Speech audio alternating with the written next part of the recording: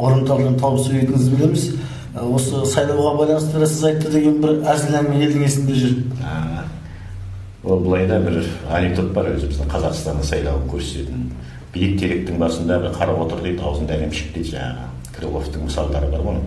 Сөйтсе түлкіге айтады дейді, қарға сен қандай тамашасың десе, үндемейді дейді ол. Түлкі жүріп келіп ойбай қарға сен даусың Димаштың даусынан артық деп бір ән салшы. Қарға тағы үндемейді дейді, енді ол оққан болу керек.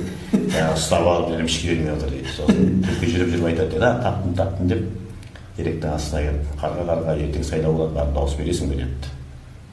Қарға, не дейміз, көңіл күйі жоқ адам жоқ, қарға болу керек, жоқ деген ғой.